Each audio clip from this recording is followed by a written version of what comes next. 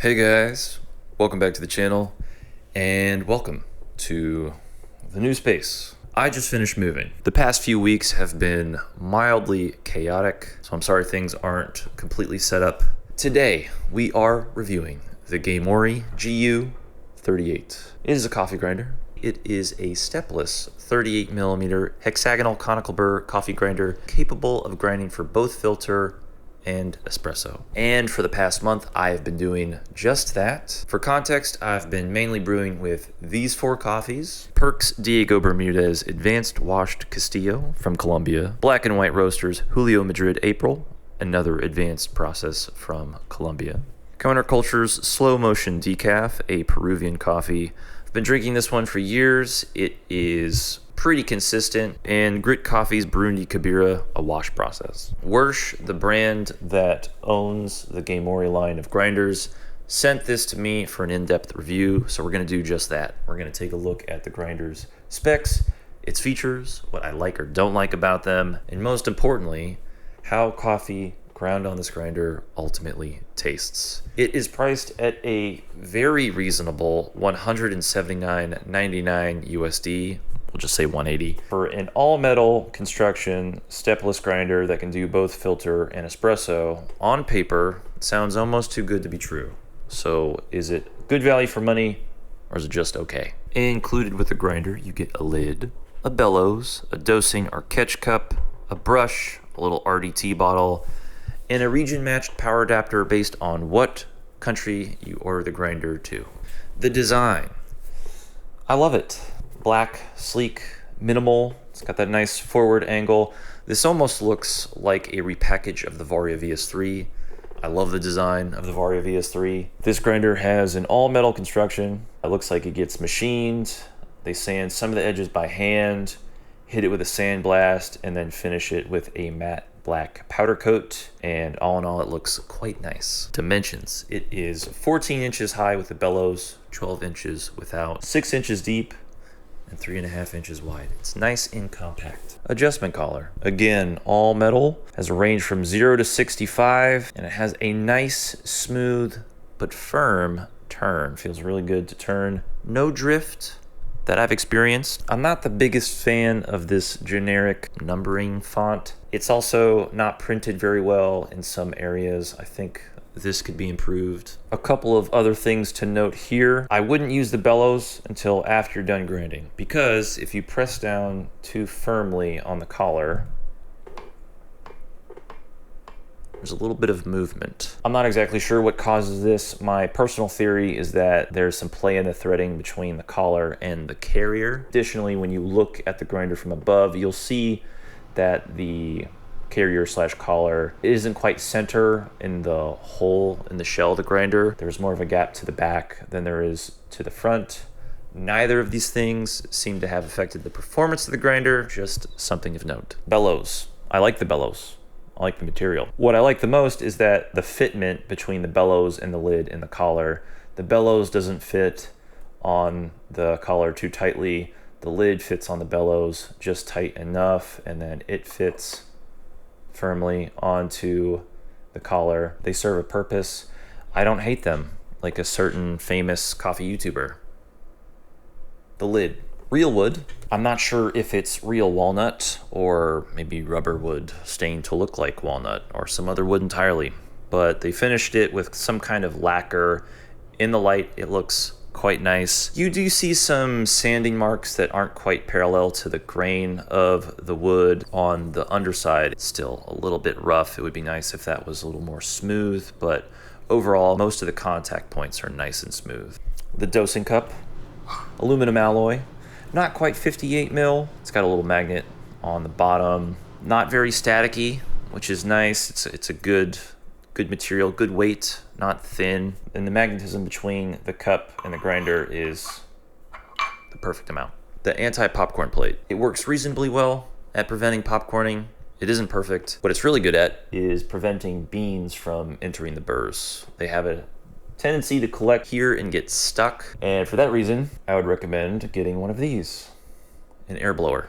Now, this doesn't come with the GU38, but for anyone that has a coffee station, I would recommend having one. It just helps keep your station free of dust and coffee grounds. I like to dose my beans with the bellows on. It'll grind the dose, a few will get stuck, and then I'll just poke this down in here and blow to help clear the plate and get everything into the burrs. Now, you could just take the plate off entirely. I don't recommend that. And the reason is that the plate is helping to feed the beans into the burrs at a certain angle in a certain place along the ring. For that reason, I'd keep it on. Maybe it could be a little smaller in diameter and beans wouldn't get stuck so much. The chute's nice and long. It extends down so that the catch cup, if you want to get it out, you have to tuck it in and untuck it. You can't just pull it straight out. On the product listing photos for this grinder, it shows a shorter chute, and that is from a previous iteration of the GU38. So we have a newer model out now with the longer chute. It shows that it is removable. I couldn't get mine off, so I reached out to Wirsh and asked for some clarification, and they sent me a video showing some maintenance. The chute screws off, and the video shows just that. But try as I might, I just haven't been able to get this thing off. It is tightly locked onto its threads. Power button, fairly nice. Basic on and off. Nice little blue light, I like that touch. Power. The GU38 is powered by a 96 watt motor on the smaller side, to be sure. Notably, it is compatible with multiple voltages from 100 to 240 volts, meaning as long as you have the right power brick, you can take this grinder anywhere in the world with you. So if you're traveling, or say you're just moving to another country, you can take this grinder with you. Big plus for me is the power cable is detachable. I'm always testing new things out and rearranging my coffee station, and it's just a lot more convenient. When the cords are detachable, it just makes things easier to rearrange. And finally, even though it's a smaller motor, and the manual does warn you that the GU38 might struggle with lighter or omni roasts, I honestly haven't had any trouble with lighter roasts, even at the espresso end of things. It's never clogged or stalled on me. Speed, it's powered by a 96 watt motor.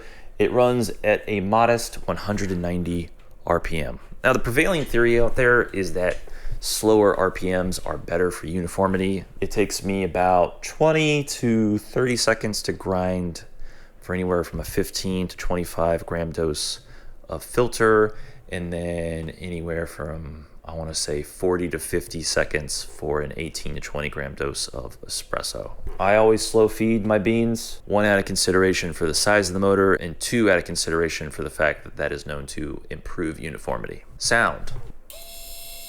I think it sounds quite nice. It's not that loud. It's not an annoying high-pitched sound. I can have a conversation with you while the grinder is running. I do think it sounds even better while coffee is actually being ground through the grinder. The idle noise, it has kind of this like turning element to it.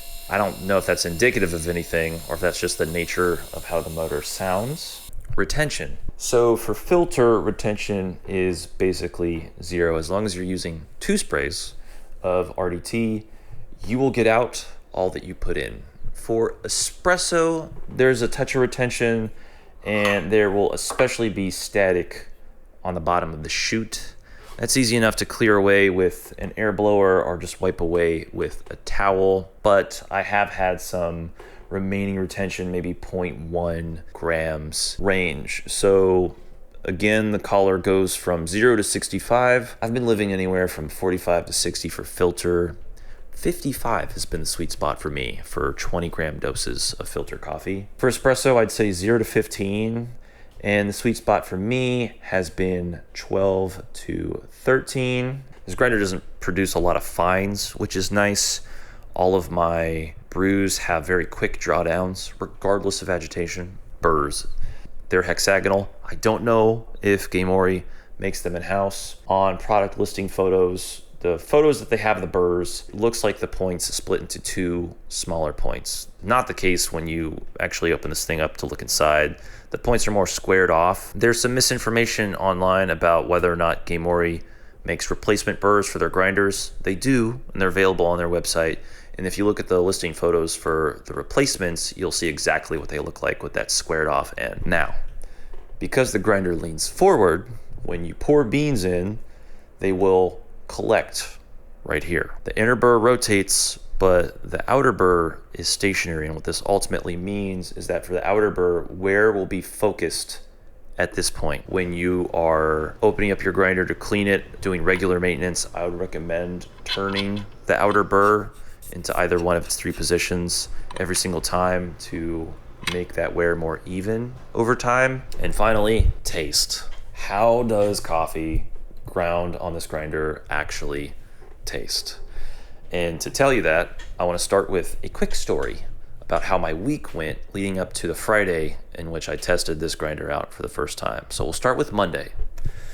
My apartment flooded. It was chaos, water was everywhere. I spent most of the day cleaning things up. What had happened was my upstairs neighbor's water main had broken and started leaking, hence the flooding. So my landlord comes out on Tuesday, excavates the whole front yard, digs up the entire main. They come into my unit where they know both mains come in, but they don't know exactly where. The way that they chose to find out was by cutting random holes in the walls until they located where the mains come in. They got dust everywhere. The apartment was kind of a construction site. And then in addition to YouTube, I worked 2 other jobs, and both of them were very busy that week. So by the time Friday rolled around, I was exhausted and I needed a good cup of coffee. The Diego Bermudez coffee from Burr had just come in, and I was excited to try it out. I unboxed the grinder, set it up, grind and brew a cup of coffee. And I'm glad I got my first reactions on camera because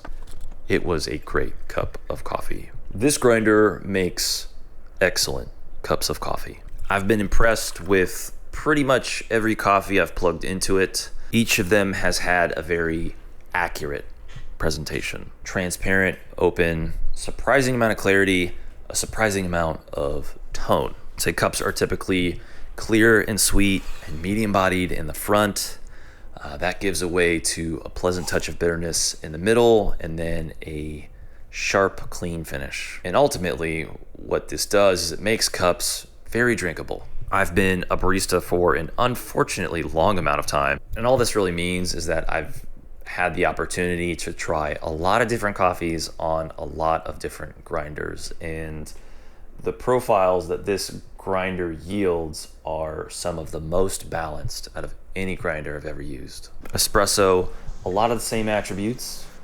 I'll say things are a bit fruitier and juicier up front, and then they give away even faster to a nice light finish. Been enjoying Americanos a lot with shots of espresso ground on this grinder because it has been giving them a silkier texture than I'm used to. You have to be very careful with temperature for filter. The sweet spot for me has been 93 Celsius. Espresso even lower, 90 to 91. And you could push it higher, and that will yield more texture, more body, more sweetness, but also more bitterness. So that pleasant touch of bitterness in the middle, it becomes more drying and more astringent. Wild, more funky coffees ground on this grinder, they don't do as well for filter. It feels like it sacrifices a little bit of bounce and sparkle for that tone, but that makes those kinds of coffees really good on espresso, where things would normally be like loud and harsh and sharp. That tone, that same filtering gets applied, and so you have coffees that are sweet and juicy and then just light and clean. I think whoever designed the burrs, they seem to have a high level understanding of the strengths and the compromises of conical burrs, especially with hexagonal geometries. I particularly like the design of the outer burr, especially the pre-breaking ring part of it. I just get the sense that it is doing a very good job of helping the grinder produce the uniformity that I see in the grind. Conclusion. When Wirsh reached out to me and asked me if I wanted to review the GU38, I was initially skeptical. This is a $180 all-metal grinder, stepless, that can do filter and espresso. You can buy it off Amazon. It felt like there was some sort of compromise that had to be made, and that after using the grinder, after some time, that would begin to reveal itself. And instead, I've just had a lot of fun. This grinder punches way above its weight class. I think it's a pretty easy recommendation for people that are looking to buy their first electric grinder, or people that have a flat burr and are looking for a conical. I've already been recommending the grinder to friends and coworkers, And yes, I do have an affiliate code. There's a link in the description. My discount code is a 15% off discount. I believe it's Steven15, which are words I thought would never come out of my mouth. But here we are. I get a cut of each grinder sold under that discount code, which helps support the channel. So if you do end up doing that, thank you. That means a lot, and thank you for watching this video. If there's anything I didn't cover about the GU38 that you're curious about, please leave a comment below. If you enjoyed the video, please consider giving me a thumbs up. Thank you to Wirsh for sending me the Geimori GU38 to review. I love it, and I'm gonna keep using it on my bar, especially for filter coffee. So yeah, that's it from me. Thank you guys. I'll catch you in the next one. Over and out.